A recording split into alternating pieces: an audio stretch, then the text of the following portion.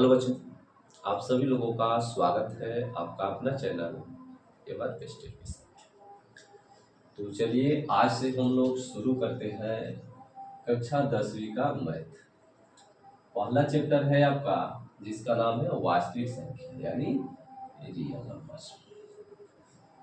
ये हम लोग लेकर चलेंगे क्रैश कोर्स के अंतर्गत। क्रैश कोर्स का मतलब होता है कि एक एक क्वेश्चन को नहीं बताया जाएगा। परीक्षा के दृष्टिकोण को देखते हुए जो भी वास्तविक संख्या के मुख्य मुख्य बिंदु हैं उन्हीं बिंदुओं पर हम लोग चर्चा करेंगे। और इसके अंतर्गत आपके बुक में 1.1, 1.2, 1.3 और 1.4 ये चार आपका प्रश्नावली है, यानी 4 चैप्टर दिया हुआ है अध्याय 1 के अंतर्गत। तो इसमें जो क्वेश्चन है इसमें यानी लगभग हम लोग प्रयास करेंगे कि एक ही वीडियो में इसको समाप्त कर दिया जाए, ठीक है। नहीं हो पाएगा तो खूब करेंगे तो हम लोग पार्ट 1 और पार्ट 2 यानी 2 पार्ट में हम लोग इसको खत्म कर देंगे, ठीक है।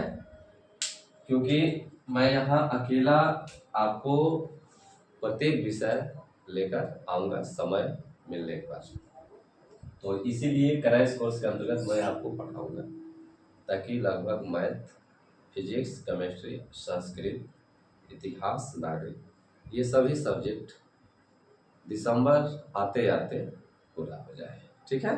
इसीलिए जो मुख्य मुख्य बिंदु होगा उन्हीं पर हम लोग चर्चा करेंगे। तो क्रैश कोर्स का मतलब समझ गए कि मैंने इम्पोर्टेंट जिसको बोलते हैं, आप लोग अपने भाषा में बोलते हैं ना कि जो इस चैप्टर में कौन सा क्वेश्चन सबसे ज्यादा इम्पोर्टेंट है, कौन इम्पोर्टेंट नहीं, तो हम लोग मुख्य रूप से उन्हीं सभी क्वेश्चनों को देखेंगे जो आपके बोर्ड एग्जाम से संबंधित होंगे। तो चलिए शुरू करते हैं हम लोग। ये सत्र 2026-27 के लिए यानी इसका जो तैयारी करेंगे उनका एग्जाम 2027 में होगा। अभी तो मैट्रिक का एग्जाम अभी तो बीता है, अभी समाप्त हुआ है। तो चलिए अब जो 9th क्लास के बच्चे हैं जो 10th में गए हैं ये उनके लिए। हाँ, कुछ ऐसे भी बच्चे जुड़े हैं जो 10th, 11th, 12th पास कर गए, जो कॉम्पिटेटिव एग्जाम के लिए तैयारी कर रहे हैं, वो भी थोड़ा बहुत देख सकते हैं। नहीं तो आपके लिए ये कोई वीडियो उतना यूजफुल नहीं होगा। मुख्य रूप से ये बिहार बोर्ड जो बच्चे 10th क्लास में हैं उनके लिए ज़्यादा यूजफुल होगा। तो चलिए शुरू करते हैं वास्तविक संख्या। वास्तविक संख्या आप लोग जानते हैं रियल नंबर, यानी सबसे पहले हम लोग थोड़ा बहुत इस पर बेसिक लेकर चलते हैं। तो सब लोग जानते हैं कि परिमेय और अपरिमेय संख्या, नहीं परिमेय और अपरिमेय संख्या, परिमेय और अपरिमेय संख्याओं का जो समुच्चय होता है, जो समूह होता है, यही होता है आपका वास्तविक। परिमेय के बारे में आप लोग जानते हैं, अपरिमेय संख्या के बारे में आप लोग जानते हैं। नहीं जानते हैं तो थोड़ा बहुत हम लोग चर्चा कर लेते हैं। पहला आता है आपका प्राकृतिक संख्या। मुख्य रूप से गिनती की संख्याएं प्राकृतिक संख्याएं कहलाती हैं, आप सभी लोग जानते होंगे। सबसे छोटी प्राकृतिक संख्या आपका 1 है और सबसे बड़ी प्राकृतिक संख्या आपका अनंत यानी इनफाइनाइट, ये अनंत। इसके बाद आता है आपका पूर्ण संख्या। ये भी आप लोग जानते ही होंगे कि प्राकृतिक संख्याओं के समूह में पहले यदि 0 लगा देते हैं तो ये हमारा हो जाता है पूर्ण संख्या। सबसे छोटी पूर्ण संख्या आपका 0। इसके बाद आता है आपका पूर्णांक संख्या, थोड़ा बहुत हम लोग जान लेते हैं। तो पूर्णांक संख्या मुख्य रूप से जो आपका पूर्ण संख्या है, इसी चीज को दोनों साइड यानी 0 से इधर जाते हैं तो बढ़ता है और 0 से इधर आते हैं तो ये घटता है। तो ये भी इधर इनफाइनाइट तक जाता है, उधर भी इनफाइनाइट तक जाता है। यानी ये 0 से दाएं हम लोग जाते हैं तो ये बढ़ता जाता है और इधर बाएं आते हैं तो हमारा घटता जाता है। तो इसको हम बोलते हैं पूर्णांक संख्या। जो आप देखते हैं जीरो से इस साइड वाला, इसको हम बोलते हैं धनात्मक पूर्णांक। धनात्मक पूर्णांक। आपका जो प्रश्नावली 1.1 आएगा उसमें इसका काम लगेगा, इसका प्रयोग होगा, धनात्मक पूर्णांक। जीरो के बाएं साइड वाला जो आप लोग देख रहे हैं इसको हम लोग बोलते हैं ऋणात्मक। ठीक है, तो ये हो गया आपका पूरा पूर्णांक संख्या। इसके बाद आप लोग सम संख्या जानते हैं, जो 2 से पूरा पूरा भाग लग जाए। 2, 4, 6, 8, 12, 18, 324, 328। कुछ लोग बोलते हैं जिसके इकाई स्थान पर 0, 2, 4, 6, 8 रहता है तो सब आपका सम संख्या है।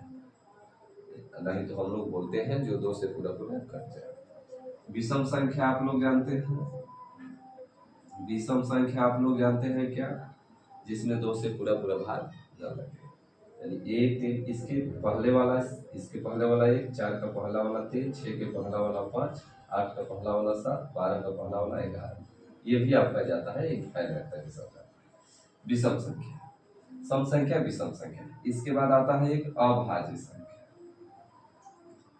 अभाज्य संख्या, अभाज्य संख्या आप लोग जानते हैं कि जिसके केवल 2 गुणनखंड। 2 गुणनखंड का मतलब वो केवल 2 ही संख्या से कटेगा, एक से और एक स्वयं से। जैसे 2 है, 3 है, 5 है, 7 है। 2 जो है 1 और 2 से कटेगा, 3 जो है 1 और 3 से कटेगा, 5 जो है 1 और 5 से कटेगा, 7 जो है 1 और 7 से कटेगा। यानी 1 से कटेगा और स्वयं से कटेगा। इसीलिए मैंने बोला वैसी संख्या जिसकी गुणनखंडों की संख्या केवल 2। अभाज्य संख्या। इसके बाद एक होता है आपका भाज्य संख्या। भाज्य संख्या यानी जिसके गुणनखंडों की संख्या क्या हो, 2 से ज्यादा। जैसे 4 है, 6 है, 8 है। जैसे 4 को देखेंगे तो 1 से भी कटेगा, 2 से भी कटेगा और 4 से भी कटेगा। 6 को देखते हैं तो 1 से भी कटेगा, 3 से भी कटेगा, 6 से भी कटेगा। यानी 2 से अधिक है, गुणनखंडों की संख्या 2 से अधिक, यानी कम से कम 3। ठीक है, अब ध्यान देना है सबसे छोटी अभाज्य संख्या क्या है, तो 2 है। और सबसे छोटी भाज्य संख्या क्या है, तो 4 है। इस पर आप लोग ध्यान देंगे। आपके चैप्टर में अभाज्य संख्या का प्रयोग होगा, भाज्य संख्या का प्रयोग होगा, पूर्ण संख्या का प्रयोग होगा। यानी मुख्य रूप से इसका ज्यादा प्रयोग है। ऐसे तो सब एक दूसरे से जुड़ा हुआ है। अब इसके बाद हम लोग चलते हैं, भाज्य हो गया, अभाज्य हो गया। अब हम लोग परिमेय संख्या पर चलते हैं। तो परिमेय संख्या का परिभाषा यदि हम लोग देते हैं तो क्या बोलते हैं, परिमेय संख्या का परिभाषा में, परिमेय संख्या का परिभाषा चलते हैं तो ऐसी संख्या जो p बटा q के रूप में हो, p बटा q के रूप में हो, p और q पूर्णांक हो लेकिन q का मान कभी 0 न हो, q बराबर 0 न हो। तो वैसी संख्या जो p बटा q के रूप में हो, जहाँ p और q पूर्णांक हो लेकिन q का मान कभी 0 न हो, उसे हम बोलते हैं परिमेय संख्या। तो जैसे 1/2, 2/4, 3/5, ये सब आपका परिमेय संख्या। ठीक है, क्यों, क्योंकि ये सब p बटा q के रूप में है। ऊपर 0 हो सकता है, 0 एक परिमेय संख्या है क्योंकि 0 को हम 0/1 के रूप में ये लिख सकते हैं। 2/0 नहीं लिख सकते, क्यों, क्योंकि q कह रहा है कि 0 के बराबर नहीं होना चाहिए। 0/2 आपका परिमेय संख्या है लेकिन 2/0 आपका परिमेय संख्या नहीं है, क्योंकि कह रहा है कि p और q पूर्णांक हो और q 0 के बराबर नहीं होना चाहिए। p 0 के बराबर हो कोई दिक्कत नहीं, लेकिन q 0 के बराबर नहीं होना चाहिए। तो ये आपका हुआ परिमेय संख्या। अपरिमेय संख्या जो p बटा q के रूप में नहीं लिखा जा सके, ये अधिकांशतः रूट में होता है। जैसे √2, √3, √4 नहीं, क्योंकि √4 को हम लोग रूट से बाहर कर सकते हैं, क्योंकि √4 यानी 4 का वर्गमूल हमारा 2 होता है, लेकिन 2 का वर्गमूल हमारा सीधा सीधी नहीं होता है, 3 का नहीं होता है। इसलिए सब आपका परिमेय संख्या है, अपरिमेय संख्या है। √9 बोले अगर अपरिमेय संख्या है तो इसके बारे में हम लोग विस्तार से जानेंगे, थोड़ा चैप्टर में प्रवेश करेंगे। अभी हम लोग थोड़ा बहुत वास्तविक संख्या पर हम लोग पहुंचते हैं। तो हमारा हो गया प्रकीर्ण संख्या, पूर्ण संख्या, पूर्णांक संख्या, सम संख्या, विषम संख्या, भाज्य संख्या और भाज्य संख्या और परिमेय संख्या और अपरिमेय संख्या। अब आ गया हमारा वास्तविक संख्या जो हमारा मुख्य चैप्टर है। तो वास्तविक संख्या में इन दोनों को साथ लेकर चलेंगे, परिमेय संख्या और अपरिमेय संख्या। यानी 0, 1/2, 2/3, √2, √3, √5, ये सब हमारा इन परिमेय और अपरिमेय, ये 3 आपका परिमेय है, ये 3 आपका अपरिमेय। इन सबको यदि हम एक साथ लेकर चलते हैं तो ये हमारा होता है क्या, वास्तविक संख्या। यानी परिमेय और अपरिमेय संख्याओं के समूह को हम लोग वास्तविक संख्या कहते हैं। तो आप चाहें तो थोड़ा बहुत नोट कर सकते हैं, नहीं तो हम लोग अब चैप्टर के हिसाब से चलते हैं।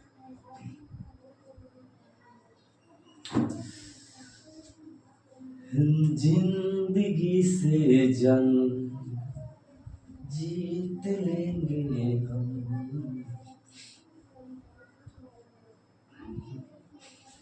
ज्यादा दिन के बाद पढ़ाने से देख रहे हो बोर्ड भी लग रहा है कि खराब हो गया है। चलिए तब हम लोग शुरू करते हैं आपका चैप्टर नंबर 1, प्रश्नावली 1.1। प्रश्नावली 1.1 में हम लोग चलेंगे तो मुख्य रूप से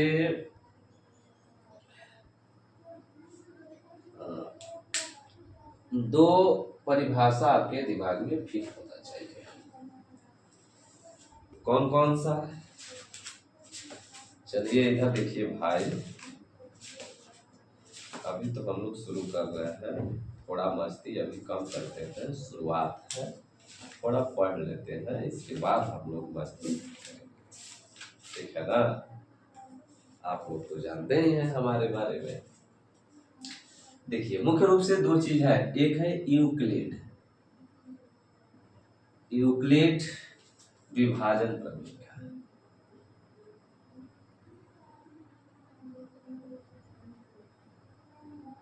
यूक्लिड विभाजन प्रमेय, इसको अच्छे से समझ लेंगे, इसी पर हमारा प्रश्नावली 1.1 टिका हुआ है। तो चलिए हम लोग इसको थोड़ा समझते हैं। यूक्लिड नाम है, विभाजन समझते हैं, भाग से संबंधित है। अप्रमेय का एक सिद्ध किया हुआ कथन होता है पहले से ही, जिसको अन्य कथनों को सिद्ध करने में हम इसका प्रयोग करते हैं। तो इसको देने वाले थे ये यूक्लिड।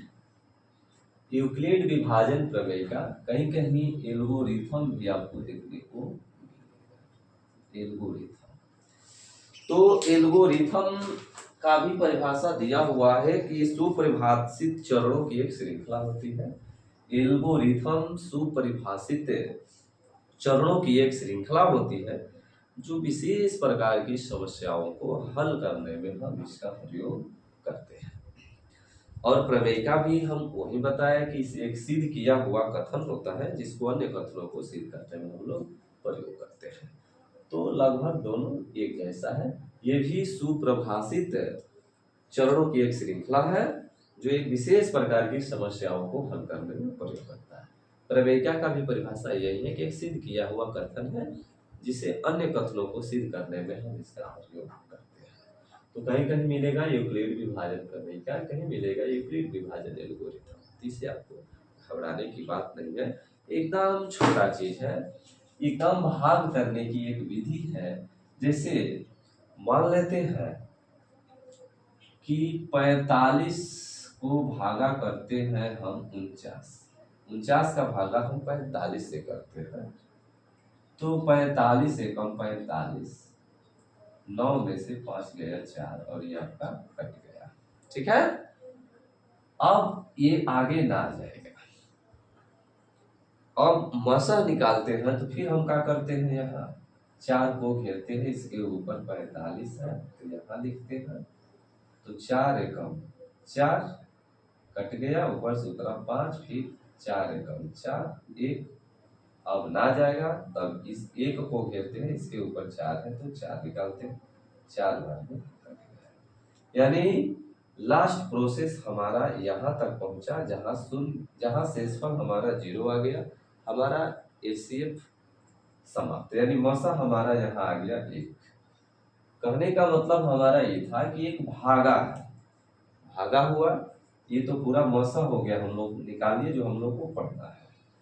लेकिन इस पर आप लोग थोड़ा यहीं तक ध्यान दीजिए, हम लोग को भागा करना था 45 और 49, 49 का भागा 45 से करना था। हमने एक स्टेप लिया यहाँ, इसको हम शेष बोल देते हैं, ये हमारा भागफल हो जाता है, ये हमारा भाज्य हो जाता है, ये हमारा भाग। तो ठीक इसी चीज को समझिए, यूक्लिड विभाजन एल्गोरिथम।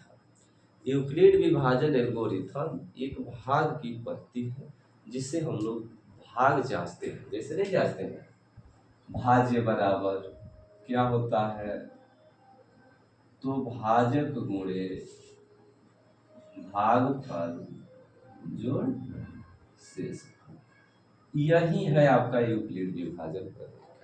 यूक्लिड विभाजन एल्गोरिथम यहाँ दिया है, थोड़ा सा समझना है। लिखा है कि दो धनात्मक पूर्णांक a और b दिए रहने पर ऐसी अद्वितीय पूर्ण संख्याएं q और r विद्यमान है। यानी दो संख्या यहाँ पर था ना 45 और 49, था आप a और b, यहाँ a मान लेते हैं 49 को और b मान लेते हैं हम 45 को। तो यहाँ पहला स्टेप में चलेंगे हम लोग, तो यहाँ a का काम 49 किया, ये हमारा 45 गुणे 1 प्लस 4, 49 को लिखा जा सकता है 45 से कम 45, 4 49। तो इस चीज को यहाँ बता रहा है कि दो धनात्मक पूर्णांक a और b दिए रहने पर, तो यहाँ दो धनात्मक पूर्णांक a और b दिया गया था, 45 और 49 हम अपने मन से लिए हैं। तो बहुत सारे यहाँ r का मान आ सकता है, यहाँ a बराबर b क्यू प्लस r, यही है यूक्लिड विभाजन एल्गोरिथम। तो a बराबर b Q plus r, a को आप भाज्य से तुलना कीजिए, b को आप लोग भाजक से तुलना कीजिए, q को आप लोग भागफल से तुलना कीजिए और शेषफल को आप लोग भाग से तुलना कीजिए। तो आ जा रहा है ना, भाज्य बराबर भाज्य गुणे भागफल जोड़ शेष। ये कंडीशन मिलेगा जहां 0 से बड़ा या बराबर r होगा और r से बड़ा। कहने का मतलब कि r जो है 0 से लेकर b के बीच में होगा, 0 से लेकर b के बीच में होगा। 0 से लेकर का मतलब इसमें 0 भी शामिल होगा, लेकिन b शामिल नहीं होगा, इससे थोड़ा छोटा होगा, इससे छोटा होगा r। यहाँ बराबर रहता तो b भी शामिल होता, लेकिन ऐसा नहीं। तो ऑब्जेक्टिव में ये बहुत इंपॉर्टेंट है, ऑब्जेक्टिव क्वेश्चन के लिए यहाँ आ जाता है यूक्लिड विभाजन एल्गोरिथम a बराबर b क्यू प्लस r के लिए सही है। तो क्या सही है, तो यही 0 से बड़ा या बराबर r और r से बड़ा। पहला ऑप्शन में दे देगा, दूसरा में दे देता है 0 से बड़ा या बराबर r से बड़ा या बराबर b, गलती हो जाएगा। 0 से बड़ा r से बड़ा b, ये भी गलती हो जाएगा। यही आपका कंडीशन सही है यूक्लिड विभाजन एल्गोरिथम। यूक्लिड विभाजन एल्गोरिथम का प्रयोग बस हम लोग करेंगे एचसीएफ, आपका जो चैप्टर है एचसीएफ ज्ञात करने में हम इसका प्रयोग करेंगे। जैसे एक उदाहरण इसी से हम लोग समझेंगे, इसी पर हमारा प्रश्नावली 1 है। तो 45 और 49 का हल, ये पहला क्लास है, हो सकता है कि थोड़ा आप लोगों को समझने में दिक्कत हो, लेकिन जो पुराने विद्यार्थी हैं जो पढ़े हुए हैं उनको समझने में कोई दिक्कत नहीं होगा। मैं विश्वास दिलाता हूं कि यदि आप रेगुलर बने रहते हैं, यानी लगातार हमारे द्वारा बनाया गया वीडियो यदि आप देखते हैं, तो मैं उम्मीद क्या पूरा विश्वास करता हूँ आपको समझ में जरूर आएगा। यदि कहीं दिक्कत होता है तो आप कमेंट करेंगे, मैं प्रयास करूंगा कि अगले वीडियो में उस समस्या का समाधान करूं। ठीक है, तो मैं कहाँ था, तो मैं बता रहा था कि यूक्लिड विभाजन प्रमेय क्या, यूक्लिड विभाजन एल्गोरिथम का प्रयोग हम लोग HCF ज्ञात करने में करते हैं। तो चलिए हम लोग शुरू करते हैं। तो शुरू क्या करना है, यहाँ तो एक उदाहरण अगर देखेंगे तो ये आपके सामने है, इसका पूरा प्रयोग किया गया है। कैसे देखिए, अभी दो धनात्मक पूर्णांक दिए रहेंगे ए और बी, जैसे यहाँ दिया था 49 और 45 का HCF निकालना है। किससे, यूक्लिड विभाजन प्रमेयिका का प्रयोग करके, यूक्लिड विभाजन एल्गोरिथम का प्रयोग करके। तो ए का मान ये था, बी का मान ये था, तो हम लोग इस रूप में बनाएंगे। तो पहला चरण आपका ये हो गया, पहला चरण आपका ये हो गया। तो पहला चरण के लिए हम लोग लिख देते हैं चरण 1, सजा कर लिखेंगे तो चरण 1। चरण 1 में क्या होगा, एक बार हम लोग विधिवत से चलते हैं। विधिवत से हम लोग आपके चैप्टर का ही क्वेश्चन ले लेते हैं।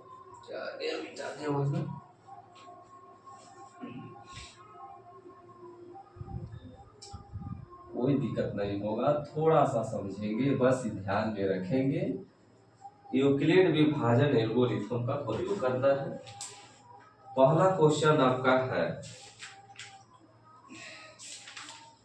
मैं उदाहरण ही बना देता हूं, आप लोग बनाकर दिखाएंगे प्रश्नावली का। जैसे दिया है 455 और 42 का HCF ज्ञात करें यूक्लिड विभाजन एल्गोरिथम की सहायता से। यूक्लिड विभाजन एल्गोरिथम की सहायता से आपको बनाना है। यूक्लिड विभाजन एल्गोरिथम की सहायता से आपको निकालना है HCF। HCF आप समझते हैं ना, हाईएस्ट कॉमन फैक्टर ना, महत्तम समापवर्तक। क्या बोलते हैं, HCF को हम लोग महत्तम समापवर्तक HCF ज्ञात करना है यूक्लिड विभाजन एल्गोरिथम की सहायता से। किसका, तो 455 और 42 का। तो यहाँ हम हल करते हैं, तो सबसे पहले हम लिखेंगे, ध्यान से देखना बाबू, ये आपका आखिरी यानी अब मसह नहीं निकालेंगे, ये लास्ट क्वेश्चन है आपके प्रश्नावली में दिया हुआ है। आप बनाकर 135 और 225 का, 196 और 38,220 का, 867 और 255 का, ये 3 क्वेश्चन है। आप तीनों क्वेश्चन का HCF निकालेंगे और कमेंट में बताएंगे उसका आंसर क्या आ रहा है। तो हल करेंगे तो यहाँ लिखेंगे पहले, चूंकि 455 आपका बड़ा है किससे, 42 है ना, तो लिखेंगे इसलिए। आप क्या करेंगे, सबसे पहले आप इधर जो भाग विधि से बनाते हैं आप बना दीजिएगा, 42 और 455 बनाएंगे। पहला स्टेप में क्या करेंगे, भाग देते हैं, तो 42 से कम 42, 5 में से 2 गया 3, ये कट गया ना, ऊपर से उतरा 5। ये पहला स्टेप आपका हो गया। यहां देखते हैं, तो 4 लिखेंगे, 455 बड़ा है 42 से, तो लिखेंगे इसलिए यूक्लिड विभाजन एल्गोरिथम A बराबर BQ प्लस R से, जहां 0 से बड़ा या बराबर R और R से बड़ा, इतना जरूर लिखिएगा, अगर आता है 2 नंबर में तो लिखेंगे। इसलिए चरण 1, चरण 1 में क्या करेंगे, पहला स्टेप हमारा यहाँ हो गया है, क्या लिखेंगे, ए का काम यहाँ क्या किया है, 455 बराबर, इसके सामने थोड़ा लिखते हैं ठीक रहेगा, चरण 1 इधर भी लिखेंगे तो कोई दिक्कत नहीं। यानी पहला चरण 1 में हमारा ए का काम कौन कर रहा है, 455 बराबर, बी का काम हमारा क्या है, तो 42, क्यू का काम क्या कर रहा है, तो 1, प्लस आर का काम क्या कर रहा है हमारा तो आर का काम हमारा कर रहा है यहाँ 35। पहला स्टेप हमारा हो गया, यानी चरण 1 हो गया। अब चरण 2 में हम लोग क्या करेंगे, ये प्रक्रिया हम लोग कब तक करते रहेंगे, मशक कब तक निकालते, जब तक हमारा शेषफल शून्य न आ जाए। तो शेषफल हमारा 35 आया है, तो यहाँ 35 और इसके ऊपर है हमारा 42, ये ना होता है इसी तरह ना, 35 से कम 35, 2 में से 5 ना जाएगा, हंस लेगा, 12 में से 5 गया, 7 कट गया। ये दूसरा स्टेप हो गया, यानी चरण 2 हो गया। तो यहाँ हमारा ए का काम कौन कर रहा है, तो 42 कर रहा है। बी का काम क्या कर रहा है, तो 35 कर रहा है। क्यू का काम क्या कर रहा है, तो 1 कर रहा है। आर का काम क्या कर रहा है, 7 कर रहा है। कौन कर रहा है, तो 7 कर रहा है। तीसरा चरण में अब इस 7 को घेरते हैं, इसके ऊपर 35, तो 7 5 35 कट गया ना, ये हमारा समाप्त हो गया। जैसे ही हमारा शेषफल शून्य होता है तो इसका हमारा भाजक कौन आया, तो 7। तो चरण 3 में हम लोग चलते हैं, तब समाप्त होता है। तो यहाँ ए का काम आपका 35 किया है, बी का काम आपका 7 है, और क्यू का काम 5 है, और आर का काम कुछ नहीं। जैसे ही ये प्लस शून्य आ गया तो आपका ये यूक्लिड विभाजन एल्गोरिथम समाप्त, यहाँ खत्म होता है प्रोसेस। यहाँ लिख देंगे, चूंकि यहाँ शेषफल शून्य आ गया है।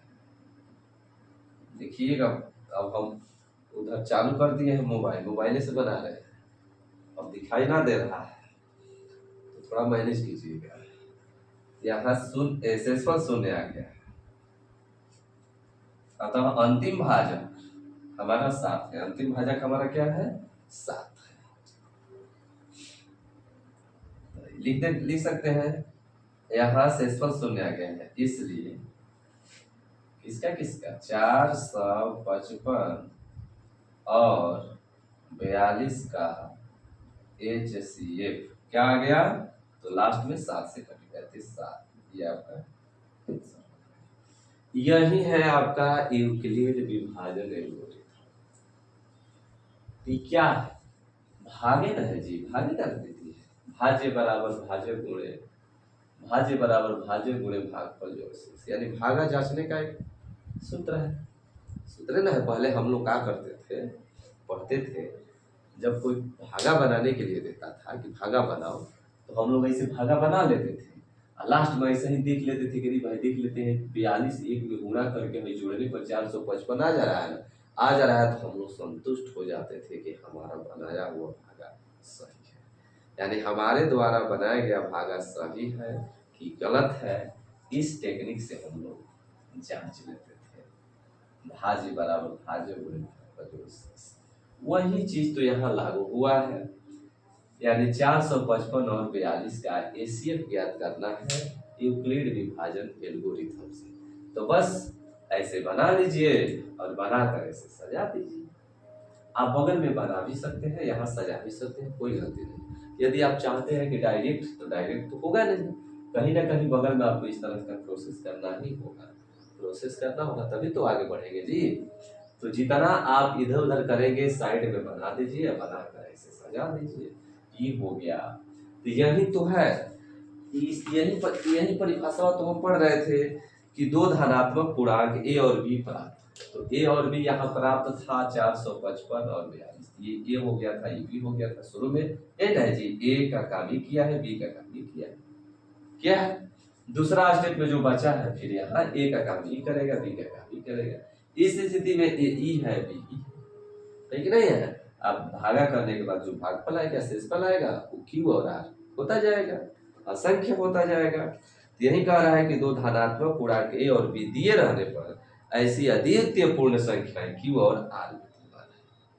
यानी जब पी और क्यू, ए और बी आपको प्राप्त है, जैसे ए और बी आपको प्राप्त था ना शुरू में, तो ए प्राप्त होने पर आपको क्यू और आर असंख्य पूर्ण संख्याएं प्राप्त होगी। तो असंख्य नहीं आया है यहाँ, इस स्थिति में क्यू यहाँ पर ही है, आर यहाँ पर ही है, यहाँ क्यू आपका ये है, आर यहाँ पर ये है, यहाँ क्यू आपका ये है, आर है। तो बहुत सारा ये प्रोसेस चरण पर चरण चलता जाएगा। अभी डिपेंड करता है कि ए और बी का मान कितना कितना दिया है। अभी तो था 3 स्टेप में समाप्त हो गया, कुछ ऐसा ए और बी रहेगा जो 2 स्टेप में समाप्त हो जाएगा, कुछ 7 स्टेप, 6 स्टेप, 5 स्टेप। कुछ नहीं करना है, अपना इस तरह से विभाजन विधि से हम लोग बनाते जाएंगे और इधर चरण 1 2 3 चरणों में समाप्त हो। कुछ ऐसा आएगा जो 4 चरण में हो, 5 चरण में हो, तो आप आसानी से बना सकते हैं। तो मैं उम्मीद करता हूँ कि यूक्लिड विभाजन एल्गोरिथम की सहायता से एसीएफ ज्ञात करना हो तो आप बना सकते हैं। तो जल्दी से कमेंट में करिए, लिखिए ये सर बना सकते हैं, नहीं सर नहीं बना सकते हैं, तो अगले वीडियो में फिर से बताया जाएगा। तो ये आपका पहला क्वेश्चन समाप्त होता है। अब हम लोग चलते हैं, पहला में 3 गो है, ये तीनों आप लोग बनाएंगे और इसका उत्तर कमेंट में जरूर लिखिएगा। क्वेश्चन नंबर 2 पर अब हम लोग चलते हैं, तो इसको मिटाते हैं। प्रश्नावली 1.1 का क्वेश्चन नंबर 2। हो आओ पढ़ना लिखना सीखे, आगे हम बढ़ना सीखे, मुसीबतों से डरे नहीं, आओ इससे लड़ना सीखे। देखिए क्वेश्चन नंबर 2 है,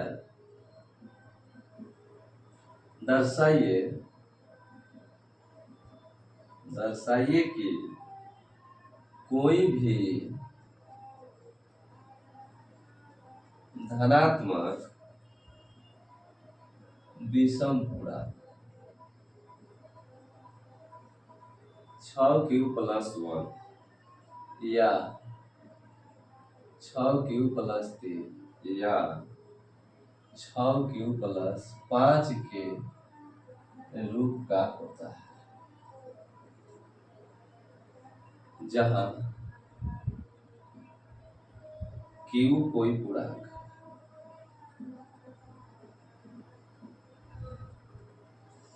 चलिए इसको भी हल कर ही लेते हैं।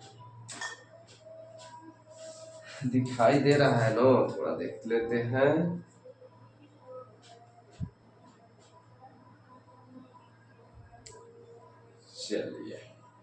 चलिए संसाधन जितना है उसी में हम लोग पढ़ते हैं,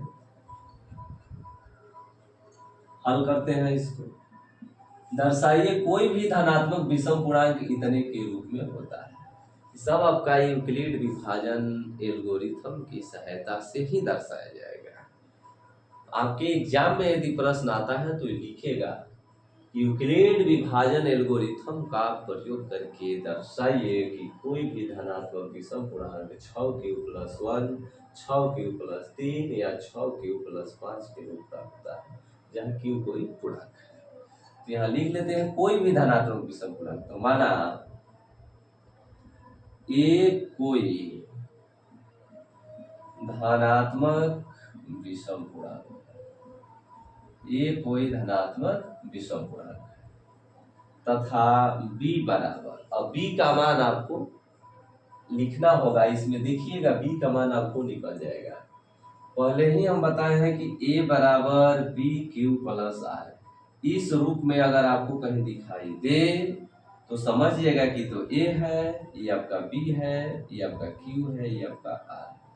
तो आप देख रहे हैं यहाँ q के साथ में क्या है 6, ये आपका b का मान होगा, b का मान होगा, समझ रहे हैं ना। ये आपका r का मान है, r का मान है ना। यहाँ लिख दे 3m+1, समझ आ रहा है कि b का मान 3 है, ये तो r का मान है, ये q का मान है, e और e असंख्य आ जाएगा। a और b अगर आपको पता रहेगा तो q और r बहुत सारा आ जाएगा, ठीक है। अगर 7p+4 ऐसा लिखा हो तो समझिए कि ये आपका है क्या, b का मान। तो क्वेश्चन जब आप बनाएंगे मैथ यही है, प्रैक्टिस जितना आपका मजबूत रहेगा, प्रैक्टिस करते रहेंगे तो क्वेश्चन जैसे ही आएगा आप पकड़ लेंगे कि कौन ए का मान क्या है, बी का मान क्या है, क्यू का मान क्या है और आर का मान क्या है। तो ए कोई धनात्मक विषम पूर्णांक है तथा बी बराबर क्या है 6। तो लिख सकते हैं चूंकि यहाँ आर का मान क्रमशः जैसे ही बी का मान यदि आपको पता हो गया तो आर का मान आप लगभग निकाल सकते हैं। कहाँ तक 5 तक, 0 1 2 3 4 या 5 हो सकते हैं। क्यों? क्योंकि देखिए जब ए और बी आपको पता चल जाएगा तो बी का मान यदि आप भागा देंगे ए में बी में ए से, ए में बी से यदि भाग देंगे तो जो भी आएगा कोई संख्या है, जैसे मान लेते हैं भागा जब हम करते हैं 4 में 6 से तो 4 एकम 4 2 बच गया। तो जब भी शेषफल आएगा तो इससे छोटे ना आएगा, ये तो आपका हो गया ए, ये हो गया आपका बी। तो आर का मान जब भी आएगा तो इससे छोटा आएगा, इससे छोटा आएगा, ये मानकर हम लोग चलते, मानकर चलते क्या यही देखिए ना, कोई भी भागा देकर देखिएगा ए और बी में तो आर जब भी आएगा तो बी से छोटा ही होगा, होगा ना छोटा।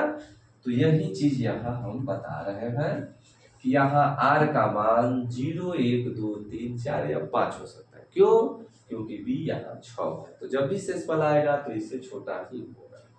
तो लिखेंगे इसलिए यूक्लिड विभाजन एल्गोरिथम ए बराबर बी क्यू प्लस आर से, जहां 0 से बड़ा या बराबर आर और आर से बड़ा बी। तो यहाँ बी का मान तो हमको पता है ना 6, तो यहाँ हम 6, ठीक है।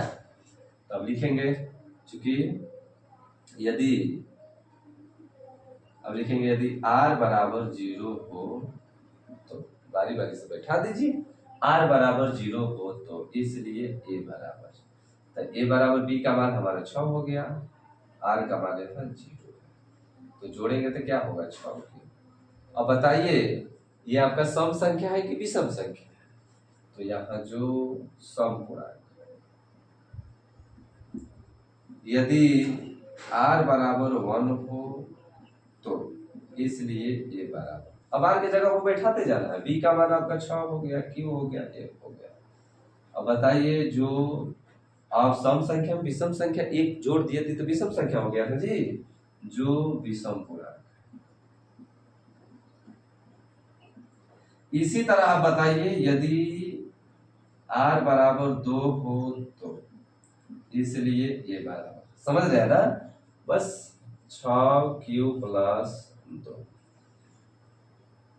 इसी प्रकार आप पूरा कर सकते हैं, इसी प्रकार r का मान यदि 3 रखेंगे तो क्या आएगा, a बराबर 6 क्यू प्लस 3, यदि 4 रखेंगे तो 6 क्यू प्लस 4, 5 रखेंगे तो 6 क्यू प्लस 5। अब बताइए ये आपका क्या होगा, ये आपका विषम पूर्णांक होगा ना, विषम पूर्णांक, ये सम पूर्णांक, ये आपका विषम पूर्णांक। अब विधिवत से लिखेंगे यदि r बराबर 2 हो तो ये यहाँ लिख देंगे जो सम पूर्णांक। इसी प्रकार यहाँ लिखेंगे r बराबर 3 हो तो a बराबर 6 क्यू प्लस 3 जो विषम पूर्णांक है, यदि r बराबर 4 हो तो 6 क्यू प्लस 4 सम पूर्णांक है, यदि r बराबर 5 हो तो a बराबर 6 क्यू प्लस 5 जो विषम पूर्णांक है। अब सब हम लोग लिख दिए, तो यहाँ क्या कह रहा है, दर्शाइए कोई भी धनात्मक विषम पूर्णांक 6 क्यू प्लस 1, तो देखिए 6 क्यू प्लस 1 विषम पूर्णांक में है कि ना, 6 क्यू प्लस 3 विषम पूर्णांक में है कि ना, 6 क्यू प्लस 5 यहाँ विषम पूर्णांक में है कि ना। ये आपका निकल गया 6 क्यू निकल गया, 6 क्यू प्लस 2 निकल गया और 6 क्यू प्लस 4 निकल गया। तो लिख देंगे अतः इससे यह स्पष्ट होता है कि कोई भी धनात्मक विषम पूर्णांक 6q+1 6q+3 या 6q+5 के रूप का होता है। क्लियर? तो उम्मीद करते हैं कि आपको समझ में आया होगा।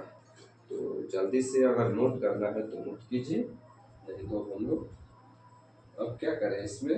अब इस तरह का क्वेश्चन आपके सामने है 4 और 5, ठीक ना, 4 और 5। तो 4 और 5 आप लोग बनाएंगे।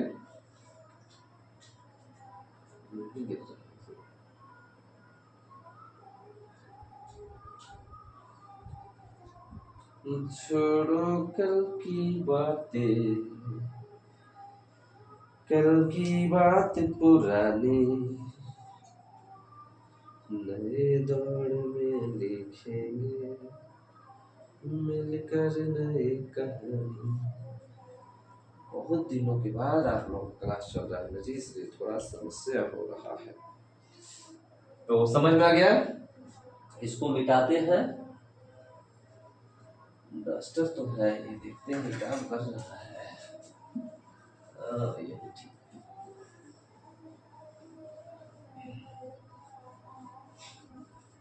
क्वेश्चन तो उम्मीद ना है कि आएगा आपके एग्जाम में, क्योंकि पहले 3 नंबर का क्वेश्चन आता था तो ये क्वेश्चन देता था। अब ज्यादा आपको ये मसा निकालने के लिए दे देता है, ऑब्जेक्टिव में डाल देता है ज्यादा। तो चलिए तीसरा क्वेश्चन थोड़ा देख लेंगे आप लोग।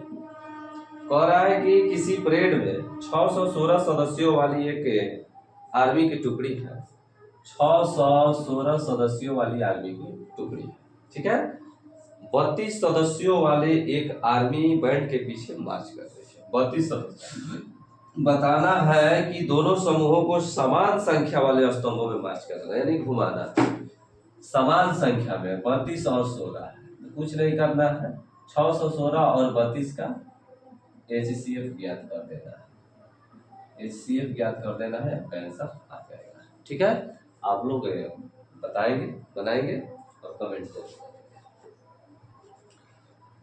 ठीक इसी तरह क्वेश्चन नंबर 4 है आपका। यूक्लिड विभाजन प्रमेयिका का प्रयोग करके दर्शाइए किसी धनात्मक पूर्णांक का वर्ग। हाँ, वर्ग और घन 4 और 5 में से कोई एक क्वेश्चन हम लोग देख लेते हैं।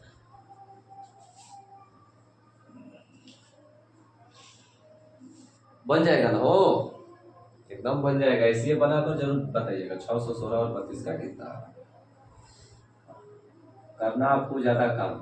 ठीक है, हम सिर्फ डायरेक्शन देंगे। यूक्लिड विभाजन प्रमेयिका का प्रयोग करना है और दर्शाना है किसी धनात्मक पूर्णांक का वर्ग। क्वेश्चन सुन रहे हैं ना? यूक्लिड विभाजन प्रमेयिका का प्रयोग करके दर्शाइए किसी धनात्मक पूर्णांक का वर्ग। पूर्णांक m के लिए 3m + 1 के रूप का होता है, ठीक है। ये चौथा में वर्ग करना है और पांचवा में घन करना है, तो आप लोग करेंगे।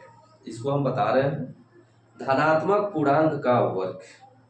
किसी धनात्मक पूर्णांक का वर्ग मान लेते हैं।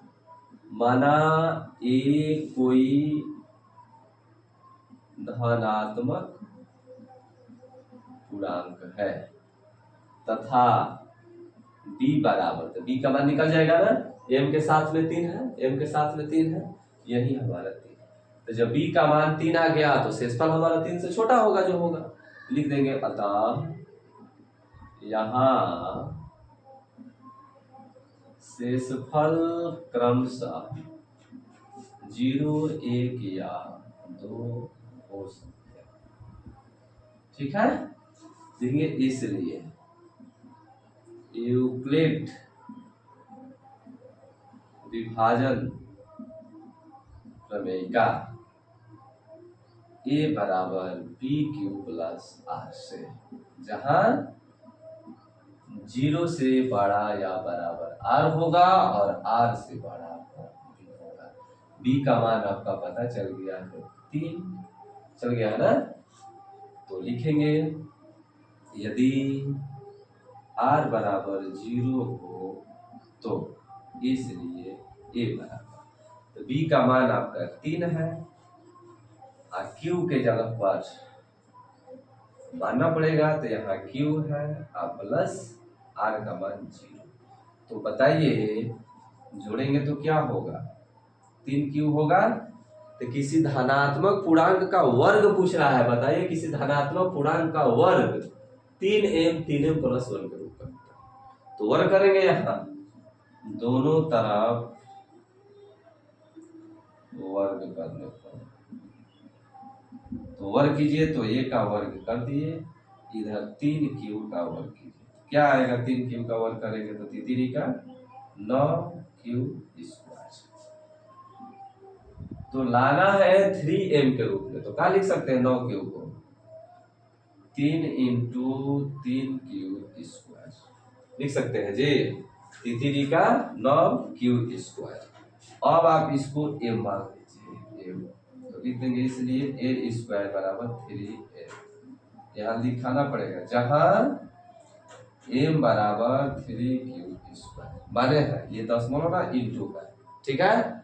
लिख सकते हैं ना 9q स्क्वायर को तितरी का 9 हो सकता है, लाना है इस रूप में, दर्शाना है आपको इसकी सहायता से। एक तो आ गया हमारा 3, अब 3m प्लस 1 के रूप में, तो अब लिखेंगे यदि r बराबर 1 हो तो इसलिए a बराबर, तो bq प्लस r, तो b का मान हमारा 3 है 1, दोनों तरफ वर्ग कीजिए, दोनों तरफ वर्ग करने पर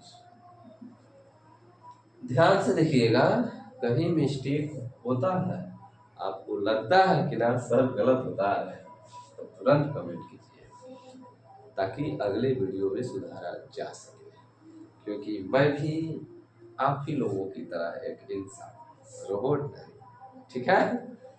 तो उसको भी बनाने वाला कोई इंसान ही है, तो गलती किसी से भी हो सकता है, लेकिन प्रयास रहता है कि गलती ना के बराबर। तो दोनों तरफ वर्ग करेंगे, तो वर्ग करेंगे तो a का वर्ग और उधर 3q प्लस 1 का वर्ग, सूत्र है a प्लस बी के होल स्क्वायर, तो a प्लस बी का होल स्क्वायर क्या होता है, a square plus b square plus 2ab, पता है ना जी। तो a स्क्वायर प्लस 2ab, तो 2a का मान e है और b का मान 1 प्लस b स्क्वायर यानी 1 का स्क्वायर, ठीक है। तो क्या हो जाएगा, 3q का स्क्वायर करेंगे तो 9q स्क्वायर, 3 दूना का 6q प्लस 1 का स्क्वायर 1 ही ना होगा, तो इसलिए तो यहाँ हमको लाना है 3m प्लस 1, तो 3m प्लस 1, तो इन दोनों में से 3 कॉमन ले लेंगे, तितरी का 9, 3 दूना का 6 प्लस 1 आ गया, लिख सकते हैं ना इसको, इन दोनों में से 3 कॉमन ले लिए, ठीक है। तो तितरी का 9, 3q स्क्वायर, यहाँ 3 कॉमन ले तो 3 दूना का 6, गुणा करके देख लीजिए, तितरी का 9q स्क्वायर आ रहा है, 3 दूना का 6q लिख सकते हैं। अब आप पूरे को m मान लीजिए, ठीक है, जैसे यहाँ इसको m माना गया था ना जी, उसी तरह इसको m मान लीजिए, तो लिख देंगे इसलिए a स्क्वायर बराबर 3m प्लस 1, जहाँ m का मान है 3q square plus 2q, clear. तो यहाँ लिख देंगे, अतः इससे यह स्पष्ट होता है कि किसी धनात्मक पूर्णांक का वर्ग किसी पूर्णांक m के लिए 3m या 3m प्लस 1 के रूप का होता क्लियर हो गया जी। आपका क्वेश्चन नंबर 4 समाप्त हो गया। क्वेश्चन नंबर 5 बाबू आप लोग बना लेंगे। यहाँ यूक्लिड विभाजन प्रमेयिका का प्रयोग करना है किसी धनात्मक पूर्णांक का घन, जहां हम वर्ग किए हैं आप घन करेंगे। घन करेंगे तो पावर 3 a प्लस बी के होल के ऊपर होगा। a प्लस बी का होल क्यूब क्या होता है, a cube plus 3a square b plus 3ab square plus b. ये आपका सूत्र हो गया, इसी पर आपको करना है। यहाँ आपको ए मान लेना है, बी का मान यहाँ 9m दिया है, 9m प्लस 1 और 9m प्लस 8। तो देखिए यहाँ b का मान 9 मत मानिएगा, नियमता 9 होगा, लेकिन 3 का जो 3 से कटता है वो 9 से कट जाता है, जो 9 से कटता है वो 3 से कट जाता है ना। 9 9 दूना 18 9 3 27, ये सब 3 से कट जाएगा। तो b का मान आप यदि 3 लेते हैं तो भी हमारा काम हो जाएगा। केवल r का मान, अगर b का मान 3 लेंगे ना तो r का मान 0 1 2 3 गो से काम हो जाएगा। और जैसे ही b का मान यदि आप 9 लेंगे तो 8 तक जाइएगा, तो बहुत लंबा प्रोसेस हो जाएगा। 5 नंबर में आता है तब उतना लंबा में प्रवेश करेंगे, नहीं तो हमारा 0 1 2 b का मान 3 लेने से हमारा काम हो जाएगा। तो आप लोग करेंगे इसको। तो इस तरह से हमारा प्रश्नावली 1.1 समाप्त होता है। तो जल्दी से हम लोग शुरू करते हैं प्रश्नावली 1.2, क्योंकि 1.3 1.4 सब एक में खत्म कर देना है। तो 1.1 1.2 थोड़ा आज उसके बारे में थोड़ा बहुत परिभाषा बताना पड़े, इसलिए थोड़ा वीडियो लंबा जा रहा है। तो इसके लिए आप लोग निश्चिंत रहेंगे, कम से कम समय में हम ज़्यादा से ज़्यादा प्रयास करेंगे कि आपको। तो चलते हैं अगला चैप्टर के लिए, जल्दी से इसको नोट करेंगे। तो मिटाते हैं।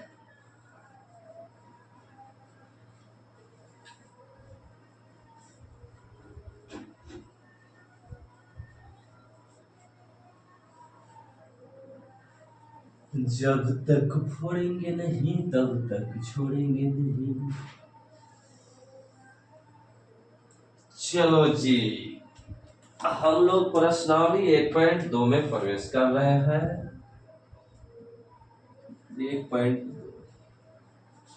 1.2 में भी कोई ज्यादा खास नहीं है। अंक गणित का आधारभूत प्रमेय एक नया, इसको ध्यान में रखना है। अंक गणित का आधारभूत प्रमेय। अभी हंसी मजाक थोड़ा कम, एकदम थोड़ा अच्छे से अभी पढ़िए 2-4-10 दिन, इसके बाद फिर हम खुद हंसाएंगे, ठीक है। अंक गणित का आधारभूत प्रमेय। देखिए अंक गणित का आधारभूत प्रमेय कहता है प्रत्येक भाज्य संख्या को,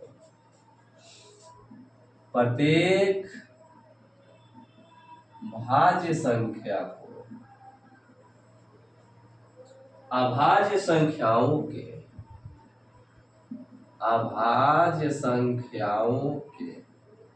एक गुणनफल के रूप में व्यक्त किया जा सकता है।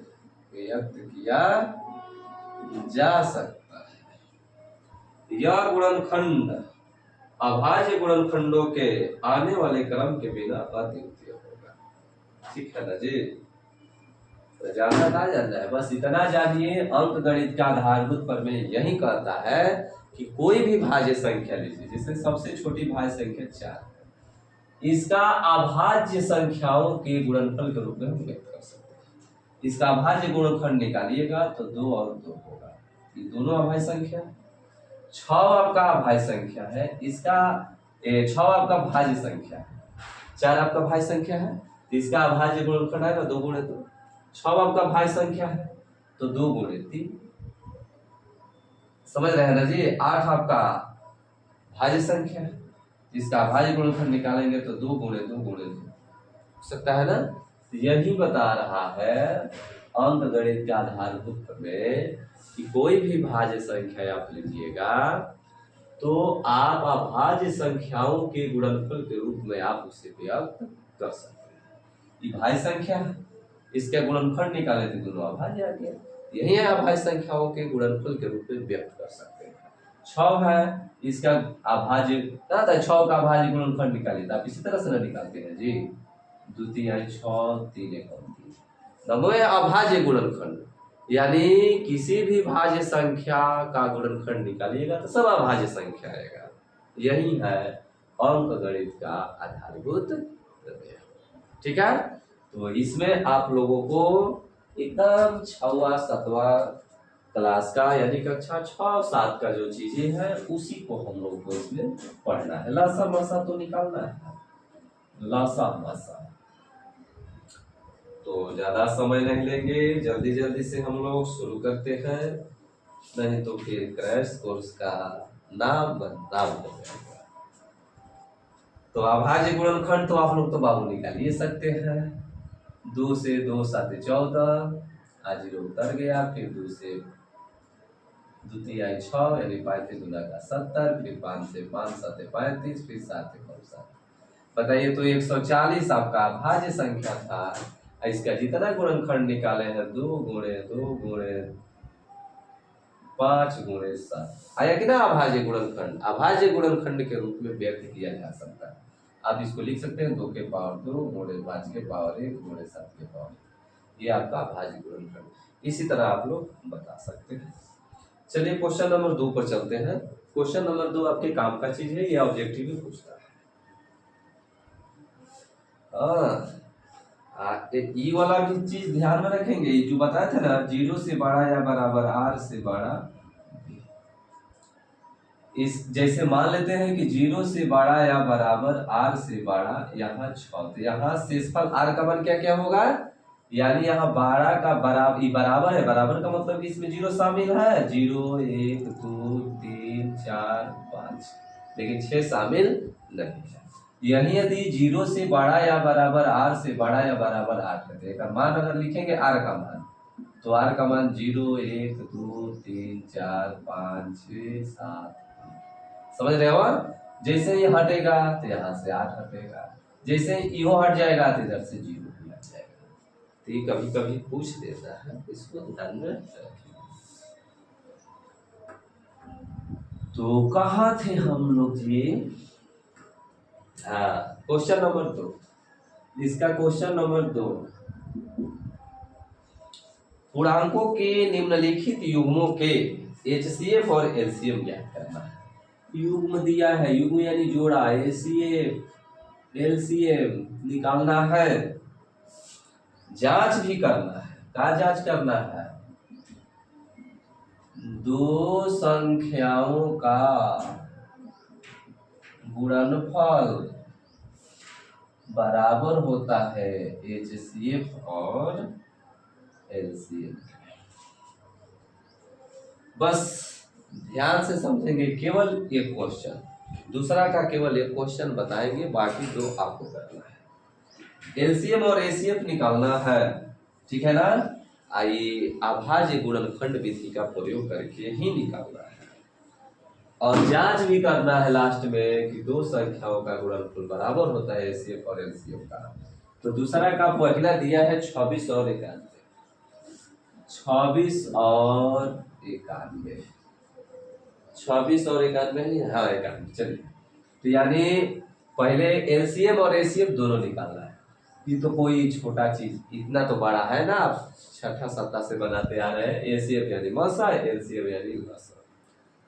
ACF का हिंदी में बोलते हैं महत्तम समापवर्तक, LCM को बोलते हैं लघुत्तम समापवर्तक, लघुत्तम समापवर्तक, लघुत्तम समापवर्तक यानी lowest common multiple, highest common factor, महत्तम समापवर्तक यानी बड़ी से बड़ी संख्या ज्ञात करने के लिए लोवेस्ट कॉमन मल्टीपल यानी छोटी से छोटी संख्या ज्ञात करने, यही है हमारा। तो यहाँ निकालना है लसा और मसा दोनों निकालना है, 26 और 91 का। तो सबसे पहले 26 का हम अभाज्य गुणनखंड निकाल लेते हैं यहाँ समझने के लिए आपको। 2 से 13 दूना का 26, अब तो जाएगा ना, है ना जाएगा। 91 का निकाल लीजिए भाई, तो 13 7 91, 7 एकम 7 7 21, ये ना होगा जी। तो क्या करना है, लिखेंगे चूंकि 26 का अभाज्य गुणनखंड, क्या लिखेंगे 26 का अभाज्य गुणनखंड, तो 2 गुणे 13, 2 गुणे 13 तथा 91 का अभाज्य गुणनखंड, 91 का अभाज्य गुणनखंड का होगा 7 गुणे 13। ठीक है, अब तो कुछ होगा नहीं, तो लिख देंगे इसलिए 26 और 91 का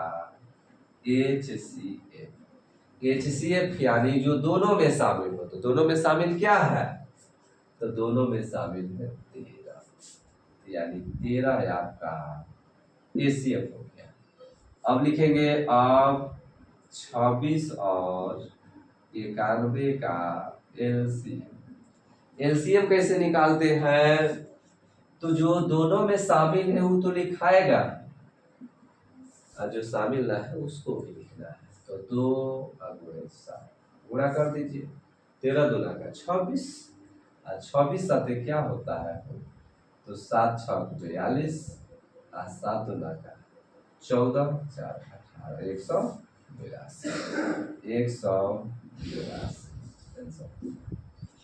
इस तरह से हम लोग लसा और मसा निकालते हैं।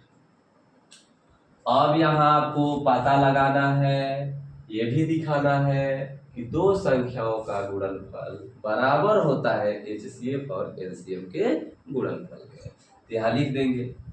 अब ये तरह से जांच हो गया कि जो हम बनाए हैं सही है कि नहीं। तो दो संख्याओं का गुणनफल, दो संख्याओं का गुणनफल, तो दो संख्या कौन कौन है, 26 और 91। तो 26 और 91 का गुणा कर दीजिए, गुणा करके देखिए।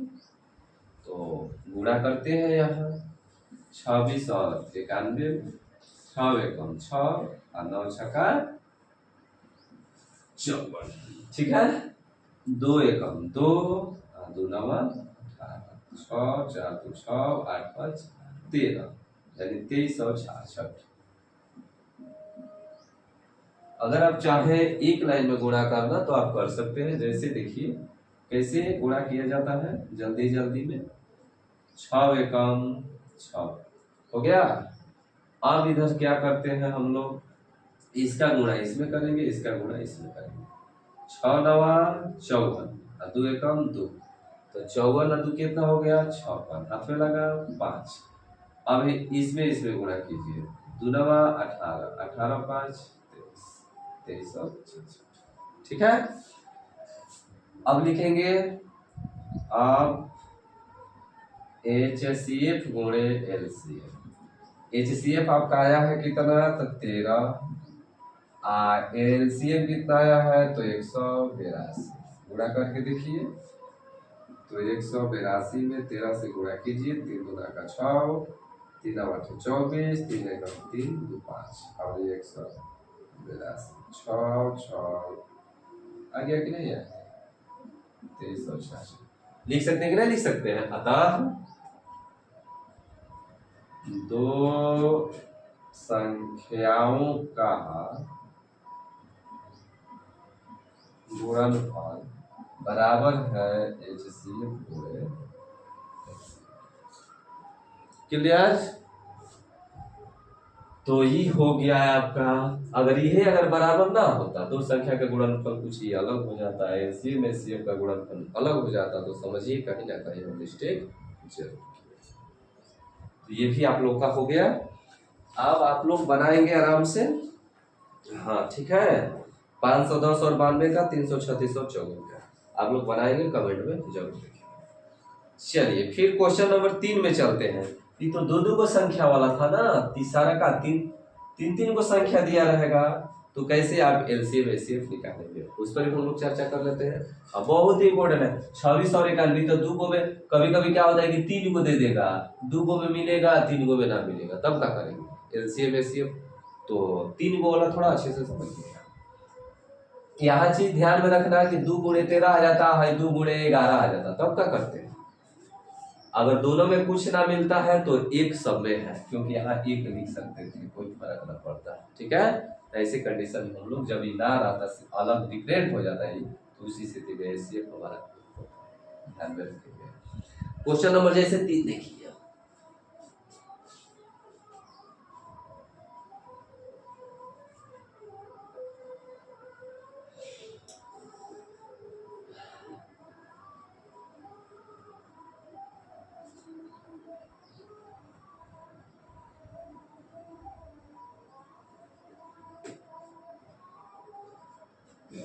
तीसरा है अभाज्य गुणनखंड का प्रयोग करना है। पहला 12, 15 और 21 का एचसीएफ और एलसीएम ज्ञात करना है। दूसरा 17, 23, 29, 17, 23, 29, ठीक है। ये 2 का बनाएंगे, 8, 9, 25 का आप लोग करेंगे। तो सबसे पहले हम पहला बना रहे हैं 12, 15 और 21 का, तो लिखते हैं हल में। चूंकि 12 का अभाज्य गुणनखंड, तो क्या लिख सकते हैं जी 12 का अभाज्य गुणनखंड, 2 दूनी के 4 शक्ति यानी 12। आप निकाल लेंगे इधर, कोई दिक्कत होगा तो 2 छक्का 12, 2 तिहाई 6, 3 एक 3, ठीक है। तथा 15 का अभाज्य गुणनखंड, तो क्या लिख सकते हैं 3 गुणे 5, ये ना लिखेंगे जी, 3 5 15, तथा 21 का अभाज्य गुणनखंड, तो 3 गुणे 7 लिखेंगे ना। और बोले सर सीधा सीधे, ये अपना एक टेक्निक होता है, बनाते बनाते दिमाग में फिट होता है कि कौन सा अंक किसके सामने लिखना है। ये सामने लिखने से मिलाने में थोड़ा सुविधा होगा। तो 12 लिखेंगे, इसलिए 12, 15 और 21 का एचसीएफ, 3 को अंक वाला हो गया ना। तीनों में देखेंगे, 3 को संख्या है ना, 12, 15 और 21, तब तीनों में देखना है कि कौन शामिल है, तब तीनों में 3 शामिल है, तो एचसीएफ 3 हो गया। फिर लिखेंगे तथा 12, 15 और 21 का एलसीएम। एलसीएम कैसे निकालेंगे, जो तीनों में शामिल है वो तो लिखा ही करेगा, और जो शामिल ना है वो लिखाएगा, यानी 2 गुणे 2 5 गुणे 7, गुणा कर दीजिएगा, जो आएगा वो हो जाएगा। 2 तिहाई 6, 6 दूना का 12, 12 बचे 7, 8 6 7 420, 300 हो जाएगा, ठीक है। 17 वाला है तो 1 गुणे 17, 23 का क्या लिखेंगे 1 गुणे 23, 29 का क्या लिखेंगे 1 गुणे 29, तो एचसीएफ आपका हो जाएगा 1, और एलसीएम तीनों का गुणा कर दीजिएगा। कभी कभी आप ध्यान देंगे, यहाँ तो बस 3 क्वेश्चन दिया है, एग्जाम में जरूरी ना है कि होगा, कुछ भी अंक दे सकता है, कुछ भी संख्या दे सकता है। देखिए कभी कभी ऐसा भी आएगा कि किसी का आप गुणनखंड निकाले तो 2 गुणे 2 गुणे 3 आया, और फिर दूसरका वाले का निकाले तो 2 गुणे 5 आया। तीसरा लाइन का मान लेते हैं कि 2 गुणे 3 गुणे 5 गुणे 3 आया। इसका यदि एलसीएम एचसीएफ अगर मिलाना होगा तो जो तीनों में शामिल है वो तो एचसीएफ हो जाएगा, और तीनों में शामिल ना है तो आपका एचसीएफ सीधे डायरेक्ट हम इस तरह की चीजों को 2 लिखेंगे। लेकिन ऐसी स्थिति में एलसीएम वाला को थोड़ा ध्यान दीजिएगा। क्या ध्यान दीजिएगा, ये जो शामिल है वो तो लिखिए देंगे 2, लेकिन ध्यान देना है कि यहाँ 2 है, यहाँ 2 है, तो ये दोनों 2 के बदला में एक ही 2 लिखा है। ये 3 यहाँ है, तो इन दोनों के बदला में एक ही 3 लिखाएगा। फिर है एक 3 बच रहा है तो इसको हम लिखेंगे। फिर 2 को 5 है दोनों में, तो दोनों के बदला में हम 1 लिखेंगे। इस पर जरूर ध्यान दीजिएगा, ठीक है ना। तो इस तरह से हम लोग एलसीएम निकालते हैं। ऐसी स्थितियां आएंगी, कुछ क्वेश्चन आप लोग बनाएंगे तो इस पर जरूर ध्यान देंगे। चलिए अब हम लोग क्वेश्चन नंबर, अब आपका प्रश्नावली 1.2 भी खत्म हो जाएगा। मुख्य रूप से यही दो क्वेश्चन इंपॉर्टेंट था इसमें से जो आपके एग्जाम में पूछा जा सकता है। ऑब्जेक्टिव क्वेश्चन बहुत ज्यादा बार पूछा है।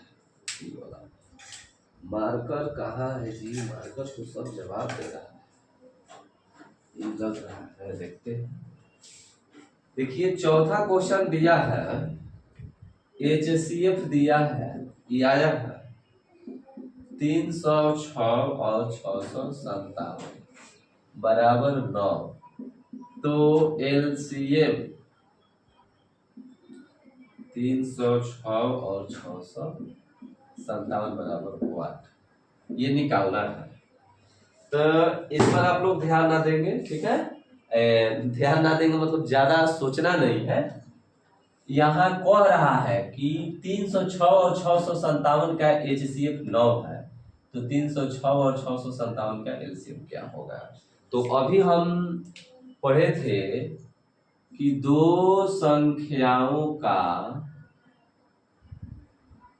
गुणनफल बराबर होता है LCM और HCF के।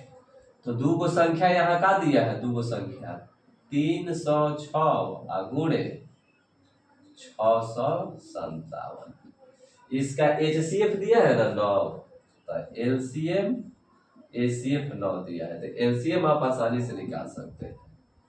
306 गुणे 657 ना, आएगा 9 गुणा में इधर आएगा तो हो जाएगा आपका भागा में, ये आपका LCM निकल जाएगा। कटा दीजिए 9 से, 9 3 27, 3 9 14 36, यानी 34 में 657 से गुणा कर दीजिएगा, ये आपका LCM आ जाएगा।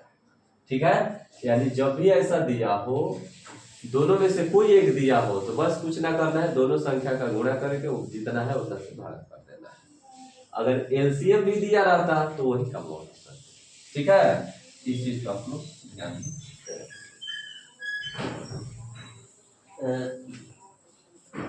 आगे है, जांच कीजिए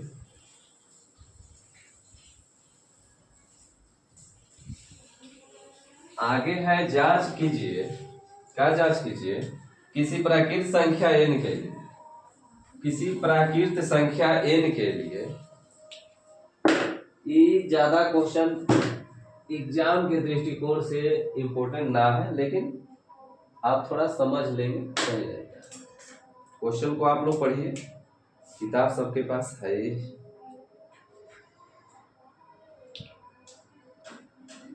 क्वेश्चन को एक बार फिर से पढ़ेंगे आप लोग। क्या कह रहा है क्वेश्चन? जांच कीजिए क्या किसी प्राकृत संख्या n के लिए किसी प्राकृत संख्या n के लिए संख्या 6n अंक 0 पर समाप्त हो सकती है, समाप्त हो सकती है। तो यदि डायरेक्ट बोलना होगा तो लिखेंगे नहीं, 0 पर समाप्त नहीं होगी। क्यों नहीं होगी? यदि कोई संख्या मान लेते हैं कि 6n अगर 0 पर समाप्त होगी, जैसे मान लेते हैं कि 0 पर समाप्त यानी 60 है, तो इसका अभाज्य गुणनखंड निकालेंगे तो 2 3 6 30 15। कहने का मतलब कि जो 0 पर समाप्त होगा उसमें 5 अवश्य आएगा, 5 अवश्य आएगा। तो इसको हम, इसमें 5 आएगा ही नहीं। जैसे देखिए 6 को लिख सकते हैं 2 गुणे 3 लिख सकते हैं ना, तो 2 के पावर n इंटू 3 के पावर n। यहाँ 5 आया है? नहीं आया है। जस्ट इसका उदाहरण आप लोग देखेंगे, मैं आपको टेक्निक बता रहा हूँ कैसे सवाल बनाया जाता है। देखिए उदाहरण नंबर 5 दिया है कि संख्या 4n पर विचार कीजिए, एक प्राकृत संख्या है, क्या ये 0 पर समाप्त होगी? तो यहाँ लिखा है कि यदि किसी n के लिए संख्या 4n 0 पर समाप्त होगी तो 5 से विभाज्य होगी। ठीक उसी तरह यहाँ लिखेंगे प्राकृत संख्या n के लिए 6n अंक 0 पर समाप्त होगी तो वो 5 से विभाज्य होगी। अर्थात इसके 6 के पावर n कि अभाज्य गुणनखंड में अभाज्य संख्या 5 आनी चाहिए और यहाँ 6 आनी चाहिए। देखिए यहाँ हम बना ही देते हैं, देखिए समझिए, यहाँ लिखेंगे यदि किसी n के लिए संख्या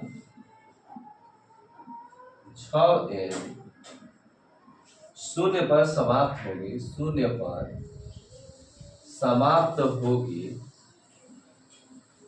तो वह 5 से विभाजित 6 से विभाजित है, 5 से विभाजित होगी, 5 से विभाजित होगी, ठीक है। अर्थात 6n के अभाज्य गुणनखंड में अभाज्य संख्या 5 ना, 5 आनी चाहिए, 5 आनी चाहिए, जो संभव नहीं है, जो संभव नहीं है। क्यों संभव नहीं है? क्योंकि इसके हिसाब से हम लिखेंगे तो 2 गुणे 3 के पावर n लिखेंगे ना, तो यहाँ 2 के पावर n और 3 के पावर n, यहाँ संभव है? 5 संभव है? नहीं है। तो लिख देंगे, इस आधार पर हम कह सकते हैं, अंक गणित के आधार पर प्रवेश है, इस आधार पर हम कह सकते हैं कि प्राकृत संख्या n के लिए संख्या 6n अंक 0 पर समाप्त नहीं, ठीक है। तो ये आपका हो गया। अब तो इसमें क्वेश्चन है नहीं, एक लास्ट क्वेश्चन है, किसी खेल के मैदान में चारों ओर एक वृत्तापथ है। हाँ, ऑब्जेक्टिव में इस तरह का क्वेश्चन आ सकता है, यहीं से हो जाएगा। देखिए, किसी खेल के मैदान के चारों ओर एक वृत्ताकार पथ है, मान लीजिए एक वृत्ताकार पथ है, इस मैदान का एक चक्कर लगाने में सोनिया 18 मिनट लेती है। जैसे सोनिया नाम की एक कोई लड़की है, यहाँ से शुरू करती है, यहाँ से चलते चलते यहाँ आती है, तो 18 मिनट का समय लेती है। इसी मैदान का चक्कर लगाने में रवि 12 मिनट लेता है। रवि जो है 12 मिनट का समय लेता है, यहाँ से यहाँ आने में 12 मिनट का समय लेता है। मान लीजिए वे दोनों एक ही स्थान एक ही समय से चलना प्रारंभ करते हैं, एक ही दिशा में भी चलते हैं, कितने समय बाद वे प्रारंभिक स्थान पर मिलेंगे? सोनिया और रवि यहीं से शुरू करते हैं, तो सोनिया को यहाँ आने में 18 मिनट लगता है, जबकि रवि 12 मिनट पर आता है। तो जरा सोचिए कि रवि 12 मिनट पर जैसे ही आ गया तो सोनिया इसके पीछे है, ज्यादा समय ले रही है, तो जैसे ही सोनिया यहाँ आती होगी तो रवि यहाँ आ जाता होगा, फिर जब ये यहाँ आती होगी तो रवि यहाँ आ जाता होगा। तो ऐसी कौन सी स्थितियां आएंगे कितने समय के बाद जाकि दोनों एक बिंदु पर मिले? तो ऐसी स्थिति में जो भी इस तरह का क्वेश्चन होता है उसका हम एलसीएम निकाल देते हैं। 18 और 12 का आप एलसीएम निकाल देंगे। एलसीएम जानते हैं, 2 9 18, 2 6 12, 3 3 के 9, 3 2 का 6 गुणा कर देंगे, 2 3 6, 6 3 18, 18 2 का 36।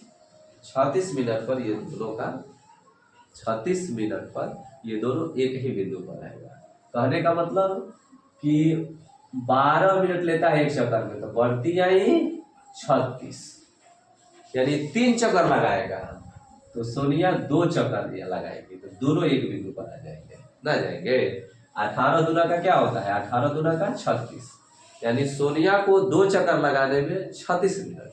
तब तक पता चलेगा कि रवि 12 मिनट ले रहा है एक चक्कर में, तो बढ़ती आई 36, यानी जैसे ही 2 चक्कर लगा कर यहाँ सोनिया पहुंचेगी, उसी समय उसी स्थान पर रवि पहुंच जाएगा। लेकिन अंतर इतना होगा कि सोनिया का दूसरा चक्कर होगा जबकि रवि का तीसरा चक्कर होगा।